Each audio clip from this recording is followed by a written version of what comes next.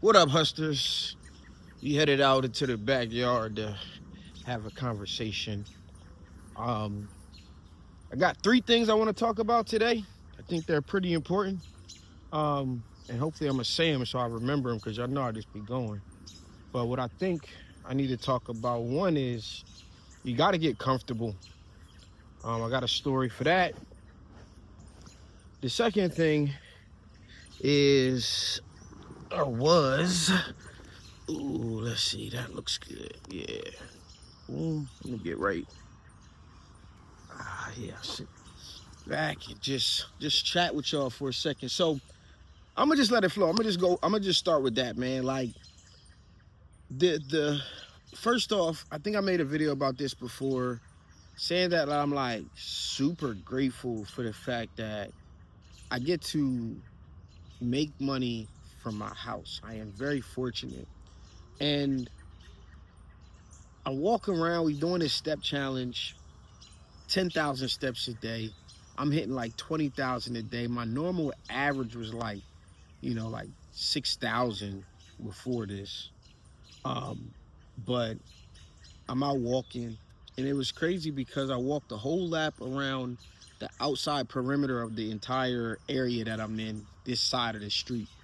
And it's a mall and all of this stuff. So I'm walking around and I'm just walking, thinking to myself, like, you know how like crazy it would be, like we would used to be embarrassed to be seen walking down one of these streets, and now here I am, like all hunky dory, just like whatever. Like this is like this my neighborhood, right? Like my corner store is freaking Target. This is freaking crazy, right?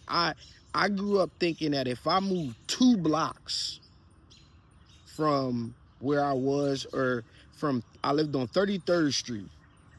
If I would have got to like 37th Street, 38th Street, I'd have felt like I made it. There's a whole different world, a whole different thought process. We walking through the neighborhoods and stuff like that. Now we don't own the crib, but for me to even be this far outside of the city is bananas and bunkers. And then we've came from having all the kids in a 1 bedroom apartment. When I was going through the pandemic, I lived in a 1 bedroom apartment, and she had a 3 bedroom house.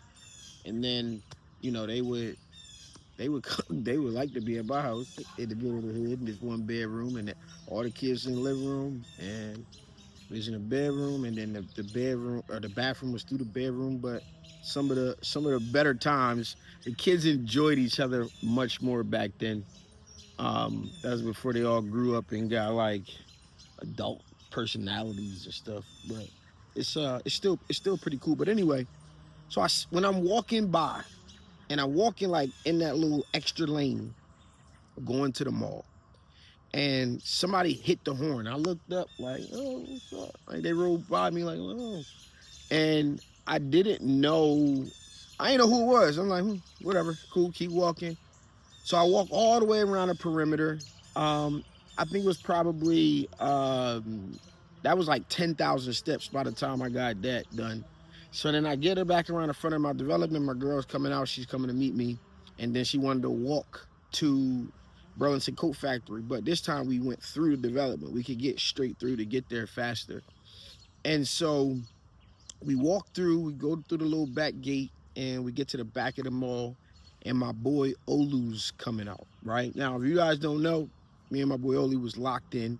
If you're on my t-shirt channel, you kind of would remember him a little bit. But he has a store in the mall. He got a dope ass streetwear brand. Um, Recently got into the mall, but we used to be in one of my print shops cooking up stuff together. I used to make his stuff, and I'm like, bro, you gonna have to come make this because this takes too much time. I'm gonna have to charge you too much, and you might as well come do it yourself because I don't even want to charge you that. You ain't gonna want to pay it. I don't even want to do it. So you need to come learn how to do the stuff that you want to do. I did enough for you, but yeah. So I kind of forced him into the game, and now he's doing some of the stuff now that I was trying to get him to do back then, and it's crazy because he's doing pretty well, and I finally, we ain't connected in a while, seen him, whatever. So we supposed to get together now again and lock in. But he asked me to redo his website, And I'm like, you know what? I'd be honored to redo your website because you're doing the things that I thought you needed to do in the first place. So now you flowing like this, you can get your internet, you get your online popping, and you got the consistency factor, and you can do some damage. I believe he can design and put clothes together with the best of them. In my opinion, but it was always a small state mind. So anyway, he like, yo, um, what's up with you? What you on? Like, why was you walking up? Why you walking down the side of the highway, dog? And me and my girl started laughing. Like, you all right? He's like, I thought Stan was tripping. Then you turned your neck like that? And like, he's like talking about it. I'm like, bro, it's crazy because I had just told my girl, yo, it's crazy that we would have been embarrassed.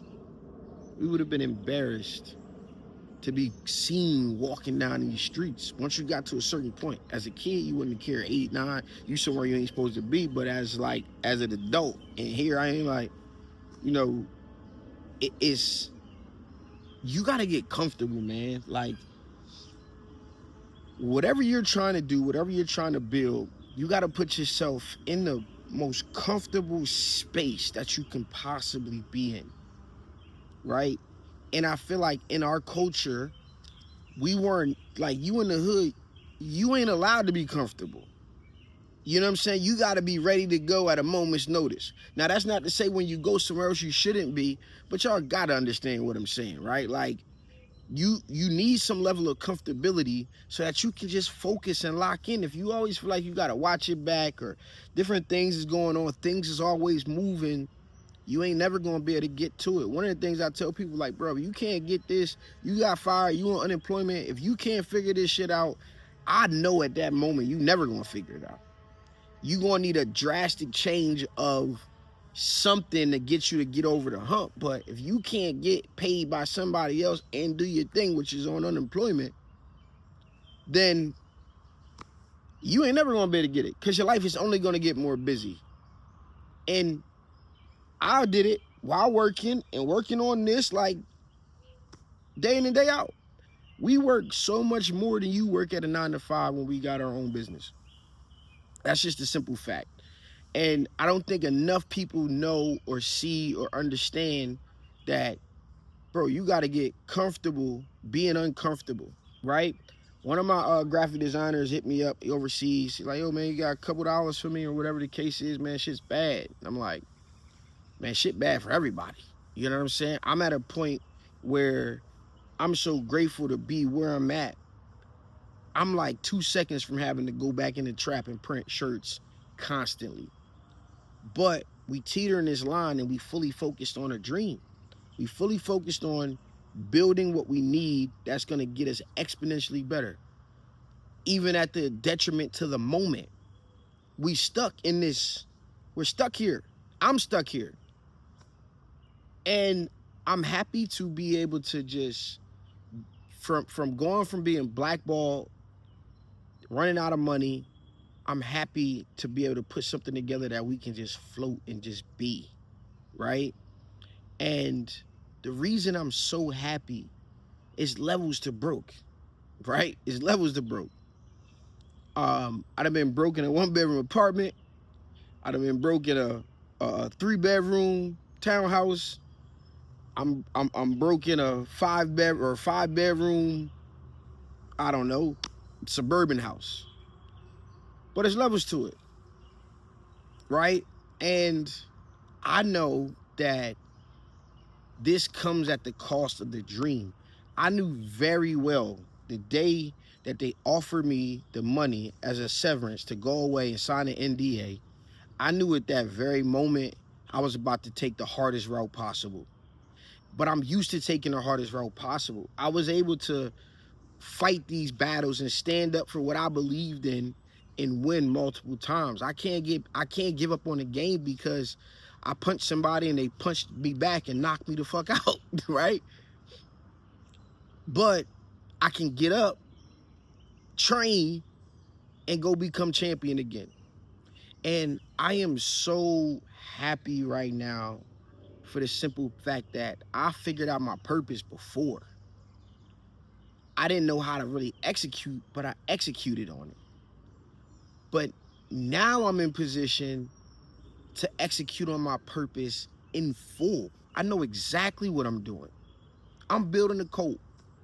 I'm building a cult around entrepreneurship, around wellness, around entertainment, around a community, a good cult.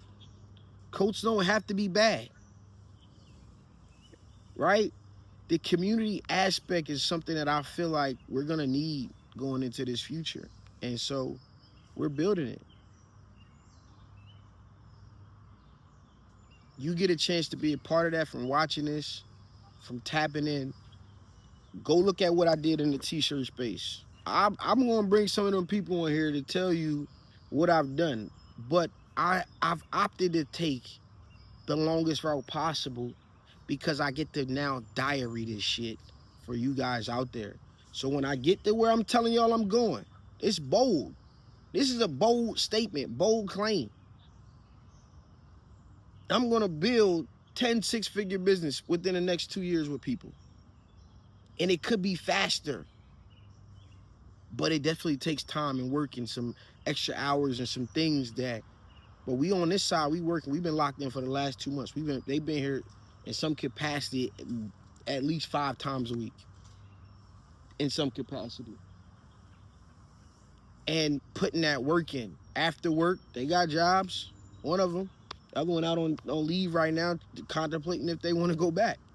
We got other people. I brought somebody here yesterday to have a conversation about the dream and just show them the dream. Look, man, I've been chasing you down.